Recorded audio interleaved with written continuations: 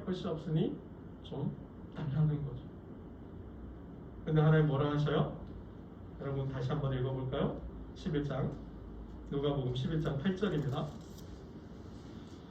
누가복음 11장 8절 함께 읽겠습니다. 시작. 내가 너희에게 말하노니 비록 겉됨으로 인하여서는 일어나서 주지 아니할지라도 그 간청함을 인하여 일어나 그 요구대로 주리라. 뭐 때문에 줘요? 친구 때문이 아니래요. 법 때문이 아니래요. 그가 아버지이고 그가 누구냐가 아가 아니라 뭐 때문에요? 그 간절함 때문에. 그 간절함 때문에 주신다라는 거죠. 내가 또 너희에게 이르노니 구하라. 그러면 너희에게 주실 것이요. 찾으라. 그러면 찾아낼 것이요. 문을 두드리라. 그러면 너희에게 열릴 것이니 구하는 이마다 받을 것이요. 찾는 이가 찾아낼 것이요. 두드리는 이에게는 열릴 것이니라. 여러분 모르겠습니다. 이런 말씀 드려서 좀 죄송하기도 한데요. 그렇게 간절함을 가지고 간구했는데 내 뜻대로, 내 기대대로 응답이, 내 믿음대로 응답이 안 될 수도 있어요. 여러분 그렇다고 실망하거나 좌절은 마시기 바랍니다. 비록 몸은 쇠하였지만, 비록 몸은 떠났지만, 비록 몸은 죽었지만 영혼은 사는 줄로 믿습니다. 아멘. 생명이 어디 있어요? 육체에 있어요? 아니죠. 생명이 어디에 있어요? 영혼에 있어요. 영혼에 있어요. 몸은 죽여도 영혼을 죽이지 못하는 왕이 아니라 영혼을 살리시는, 영혼을 죽이시는 하나님을 두려워하라 그랬어요. 여러분, 우리가 할 수 있는 최선의 것은 다 하는 거예요. 할 수 있는 모든 것은 다 하는 거예요. 생명은 소중하고 중요한 것이니까. 그런데 결과가 안 좋아요. 그러나 영혼은 건져 올리는 줄로 믿습니다. 아멘. 영혼은 사는 줄로 믿습니다. 그 영혼은 하나님 품에 안기는 줄로 믿습니다. 아멘. 여러분, 그 영혼 기도하고 낭망하지 말라. 주님 기억나셨죠? 항상 그 간절함으로 하나님께 히스기야 왕처럼 면목 기도를 하며 눈물 나면 눈물을 흘리세요. 아프면 아프다고 고치세요. 외치세요. 그럴 때 하나님은 그 간절함을 주시고 기적을 행하시는 줄로 믿습니다. 아멘. 기도드리겠습니다. 하나님 아버지, 살다 보니 세상을 이기지 못합니다. 자동차가 오래되니 고장이 나고 수리해야 하는 것처럼 우리의 몸도 쇠약해져 병들고 병원 신세를 지고 약을 먹어야 할 때가 있습니다. 주님, 기도하오니 그 몸에 힘을 더하여 주시옵소서. 그 몸에 면역력을 더하여 주시옵소서. 그 몸의 장기들의 힘을 더하시고 신진대사가 원활히 일어나고 힘을 얻어서 장기가 강건해지고 하나님과 교회와 세상을 마음껏 섬기게 하여 주시옵소서. 아멘. 뼈와 뼈가 붙게 하시고 살이 붙게 하시고 떠났던 생기가 돌아와서 하나님의 군대가 되는 은혜와 역사를 경험하게 하여 주시옵소서.